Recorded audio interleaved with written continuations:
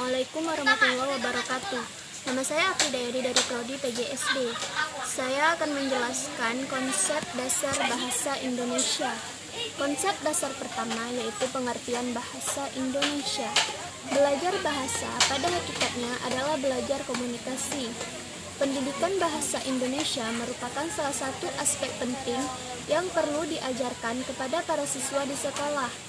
Oleh karena itu, mata pelajaran bahasa Indonesia diberikan sejak usia dini, karena dari situ diharapkan mampu menguasai, memahami, dan dapat mengimplementasikan keterampilan berbahasa. Pembelajaran bahasa Indonesia diarahkan untuk meningkatkan kemampuan berkomunikasi dalam bahasa Indonesia dengan baik dan benar. Pembelajaran bahasa Indonesia merupakan mata pelajaran mendasar yang sudah diajarkan sejak TK sampai dengan perguruan tinggi. Bahasa Indonesia mempunyai peran penting dalam proses pembelajaran. Kurikulum bahasa Indonesia di sekolah dasar mempunyai karakteristik yaitu menggunakan pendekatan komunikatif, keterampilan proses, tematis integratif, dan lintas kurikulum, mengutamakan variasi, alamian, kebermaknaan, fleksibilitas, penggunaan metode, dan memberi peluang untuk menggunakan berbagai sumber. Konsep kedua yaitu ciri-ciri dan karakteristik dari bahasa. Ciri yang paling umum dari bahasa adalah bahasa itu berupa bunyi. Kemudian, bahasa itu adalah suatu sistem dan bahasa itu bermakna. Ada lagi beberapa ciri ataupun karakteristik dari bahasa. Yang pertama, adverb, yang artinya hubungan antara lambang dengan yang dilambangkan tidak bersifat wajib, bisa berubah dan tidak dijelaskan mengapa lambang tersebut mengonsepi makna tertentu. Kedua, bahasa bersifat produktif. Bahasa bersifat produktif artinya dengan sejumlah besar unsur yang terbatas, namun dapat dibuat satuan-satuan ujaran yang hampir tidak terbatas. Ketiga, bahasa bersifat dinamis, berarti bahwa bahasa itu tidak lepas dari berbagai kemungkinan. Perubahan sewaktu-waktu dapat terjadi.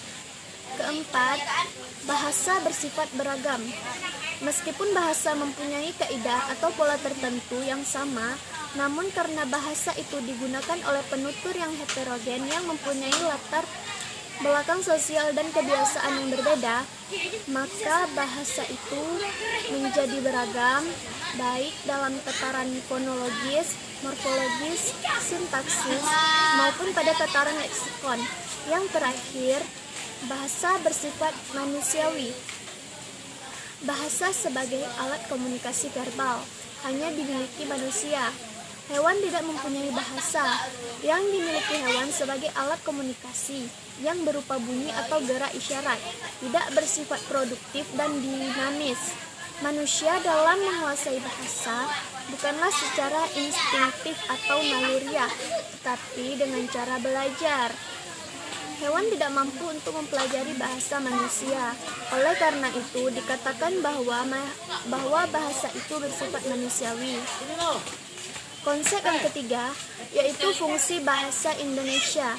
Fungsi bahasa Indonesia sebagai bahasa negara, bahasa resmi negara, bahasa pengantar resmi di lembaga-lembaga pendidikan, bahasa resmi dalam perhubungan tingkat nasional untuk kepentingan perencanaan dan pelaksanaan pembangunan serta pemerintahan, dan bahasa resmi di dalam pengembangan kebudayaan dan pemanfaatan ilmu pengetahuan serta teknologi. Dalam fungsinya sebagai bahasa resmi, bahasa Indonesia digunakan sebagai bahasa pengantar dalam komunikasi. Penggunaan bahasa Indonesia dalam buku-buku pelajaran adalah perwujudan pengembangan kebudayaan, pemanfaatan ilmu pengetahuan serta teknologi. Fungsi bahasa Indonesia berdasarkan tujuan. Yang pertama, fungsi praktis. Bahasa digunakan untuk berkomunikasi antar sesama dalam kehidupan sehari-hari. Yang kedua, fungsi kultural. Bahasa untuk menyimpan, menyebarluaskan, mengembangkan kebudayaan. Yang ketiga, fungsi artistik. Bahasa yang digunakan merupakan alat untuk menyampaikan keindahan dan estetika manusia melalui seni dan sastra. Yang keempat, fungsi edukatif. Bahasa digunakan untuk menyampaikan dan mengembangkan iptek. Yang kelima, fungsi politis. Bahasa digunakan untuk menyelenggarakan administrasi negara dan menjalankan pemerintahan. Ini di mana, Mama?